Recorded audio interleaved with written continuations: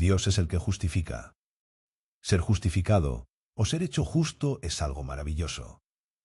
Si nunca hubiésemos quebrantado las leyes de Dios, no habríamos necesitado la justificación, pues habríamos sido justos en nosotros mismos.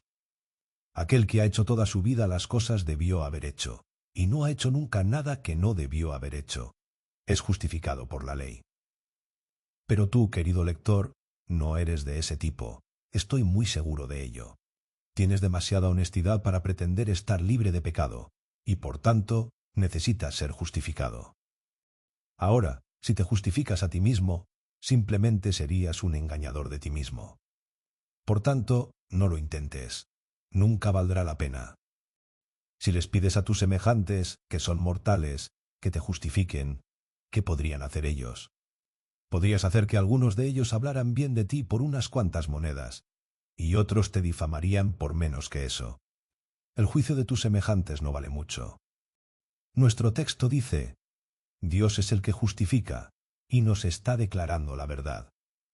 Es un hecho prodigioso, y un hecho que debemos considerar con cuidado. Ven y ve. En primer lugar, nadie sino Dios habría pensado jamás en justificar a quienes son culpables. Han vivido en abierta rebeldía, han hecho el mal con ambas manos, han ido de mal en peor, han regresado al pecado a pesar de haberles costado tan caro que se han visto forzados a dejarlo. Han quebrantado la ley y han pisoteado el Evangelio. Han rechazado las proclamaciones de la misericordia y han persistido en la impiedad. ¿Cómo podrían ser perdonados y justificados? Sus semejantes, perdiendo toda esperanza en cuanto a ellos, dicen: son casos desahuciados. Incluso los cristianos los miran con tristeza en lugar de mirarlos con esperanza. Pero no así su Dios.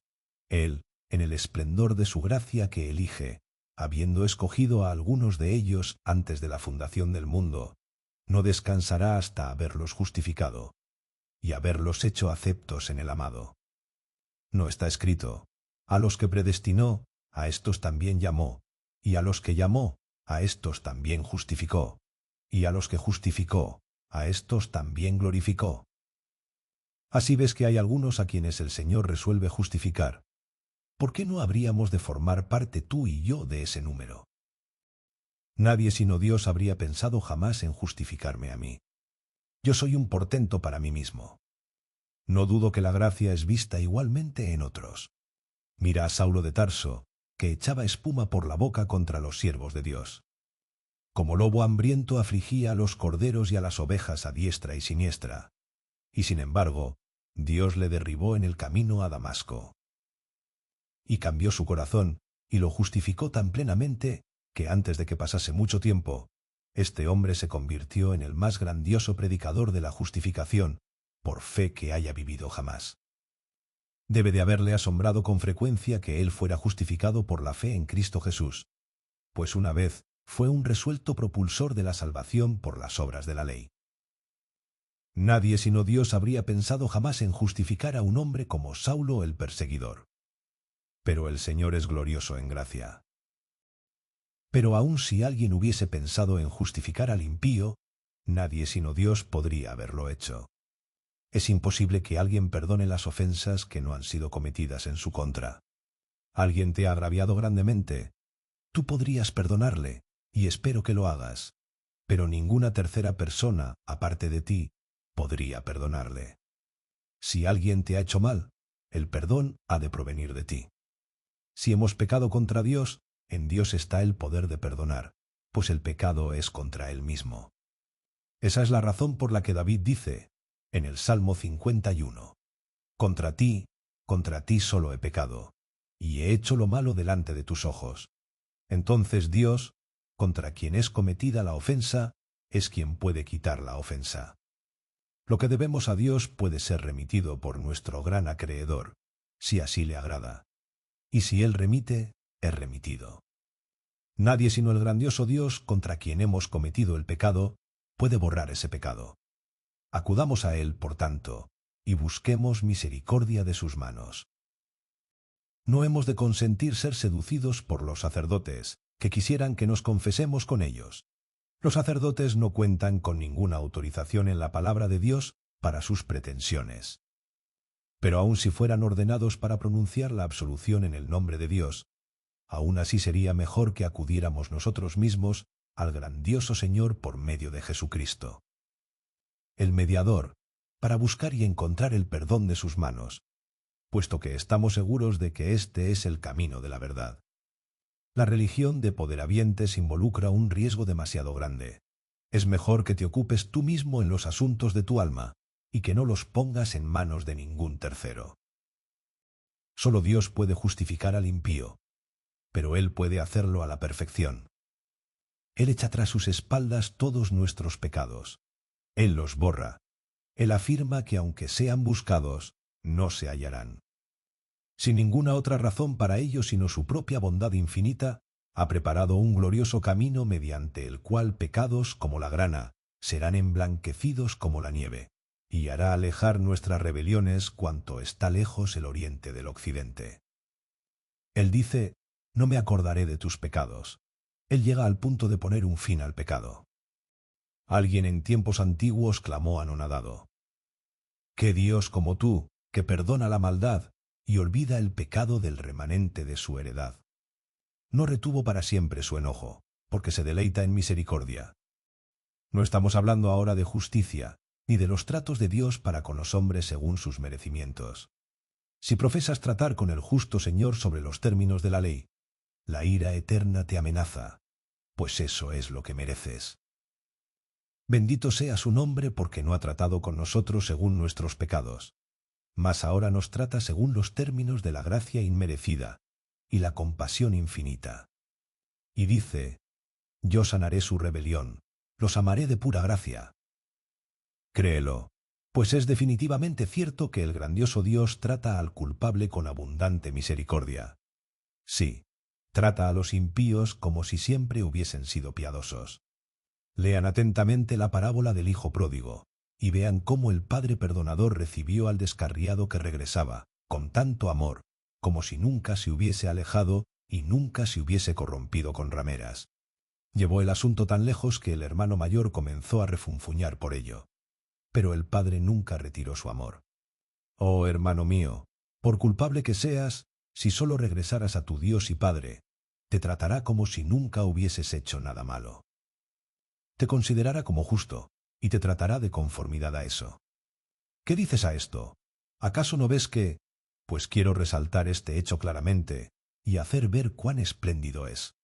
Como nadie sino Dios pensaría en justificar al impío, y nadie sino Dios podría hacerlo. El Señor, en efecto, lo hace. Mira cómo lo expresa el apóstol. ¿Quién acusará a los escogidos de Dios? Dios es el que justifica. Si Dios ha justificado a un hombre, está bien hecho, está hecho rectamente, está hecho justamente, está hecho eternamente. El otro día leí en una publicación que está llena de veneno contra el Evangelio y contra quienes lo predican, que sostenemos un tipo de teoría por medio de la cual nos imaginamos que el pecado puede ser quitado de los hombres. No sostenemos ninguna teoría, publicamos un hecho. Este es el hecho más grandioso bajo el cielo, que Cristo, por su preciosa sangre, quita realmente el pecado, y que Dios, por causa de Cristo, tratando con los hombres sobre términos de divina misericordia, perdona a los culpables y los justifica, no de conformidad a cosa alguna que ve en ellos o ve anticipadamente que habrá en ellos, sino de acuerdo con las riquezas de su misericordia que están contenidas en su propio corazón. Esto hemos predicado, predicamos y predicaremos en tanto que vivamos. Dios es el que justifica al impío. Él no se avergüenza de hacerlo, ni nosotros nos avergonzamos de predicarlo. La justificación que proviene del propio Dios está más allá de toda duda. Si el juez me absuelve, ¿quién es el que me condenará? Si la Corte Suprema del Universo me ha declarado justo, ¿quién me acusará? La justificación otorgada por Dios es una respuesta suficiente para la conciencia que ha despertado. El Espíritu Santo, por su medio, insufla paz en nuestra naturaleza entera, y ya no tememos más. Con esta justificación podemos responder a todos los rugidos y las palabras injuriosas de Satanás y de los hombres impíos. Con esto seremos capaces de morir. Con esto resucitaremos resueltamente, y enfrentaremos el último gran juicio. Osado estaré en aquel gran día, pues ¿quién me acusará de algo? Ya he sido absuelto por mi Señor de la tremenda maldición y reprobación del pecado. Amigo, el Señor puede borrar todos tus pecados. No estoy disparando a ciegas cuando afirmo esto. Todo pecado y blasfemia será perdonado a los hombres. Aunque estés hundido hasta el cuello en el delito, Él puede quitar la corrupción con una palabra y decir, quiero, sé limpio. El Señor es un grandioso perdonador. Yo creo en el perdón de los pecados. ¿Crees tú? Él podría pronunciar la sentencia incluso en este preciso momento. Tus pecados te son perdonados. Ve en paz. Y si Él hace esto, ningún poder en el cielo, o en la tierra, o bajo la tierra puede ponerte bajo sospecha, y mucho menos bajo ira. No dudes del poder del amor todopoderoso. Tú no podrías perdonar a tu prójimo si te hubiera ofendido como tú has ofendido a Dios. Pero no debes medir el grano de Dios con tu almud. Sus pensamientos y sus caminos están tan encima de los tuyos como los cielos están por sobre la tierra. Bien, dices tú, sería un gran milagro si el Señor fuera a perdonarme. Eso es correcto. Sería un milagro supremo, y por eso mismo es muy posible que esté dispuesto a hacerlo, pues Él hace cosas grandes e inescrutables que no esperamos. Yo mismo me vi abatido por un horrible sentido de culpa que convirtió mi vida en una desdicha. Pero cuando oí el mandato, mirad a mí y sed salvos, todos los términos de la tierra, porque yo soy Dios y no hay más. Yo miré, y en un instante el Señor me justificó. Lo que vi fue a Jesucristo hecho pecado por mí, y esa visión me proporcionó descanso. Cuando aquellos que fueron mordidos por las serpientes ardientes en el desierto miraban a la serpiente de bronce, eran sanados de inmediato. Y yo también fui sanado cuando miré al Salvador crucificado. El Espíritu Santo, que me dio la gracia para creer, me dio paz a través de creer. Me sentí tan seguro que había sido perdonado como antes me sentía seguro de la condenación. Yo había estado convencido de mi condenación porque la palabra de Dios lo declaraba, y mi conciencia me daba testimonio de ello. Pero cuando el Señor me justificó, fui conducido a una certeza igual por los mismos testimonios. La palabra del Señor en la Escritura dice, «El que en Él cree, no es condenado». Y mi conciencia da testimonio de que yo creí, y de que Dios es justo al perdonarme. De esta manera tengo el testimonio del Espíritu Santo y de mi propia conciencia, y ambos coinciden al unísono. Oh, cómo desearía que mi lector recibiera el testimonio de Dios sobre este asunto, y entonces muy pronto tendría también el testimonio en sí mismo. Me aventuro a decir que un pecador justificado por Dios está incluso sobre una base más firme que hombre justo justificado por sus obras, si existiera tal individuo. No podríamos estar seguros nunca de haber realizado las suficientes obras. La conciencia estaría siempre intranquila, no fuera que, después de todo, nos quedáramos cortos, y solo podríamos tener el trémulo veredicto de un juez falible sobre el cual confiar. Pero cuando Dios mismo justifica, y el Espíritu Santo da testimonio de ello al darnos paz con Dios, entonces sentimos que el asunto es seguro y está resuelto, y entramos en el reposo. Ninguna lengua puede expresar la profundidad de esa calma que le sobreviene al alma que ha recibido la paz de Dios, que sobrepasa todo entendimiento. Amigo, búscala de inmediato.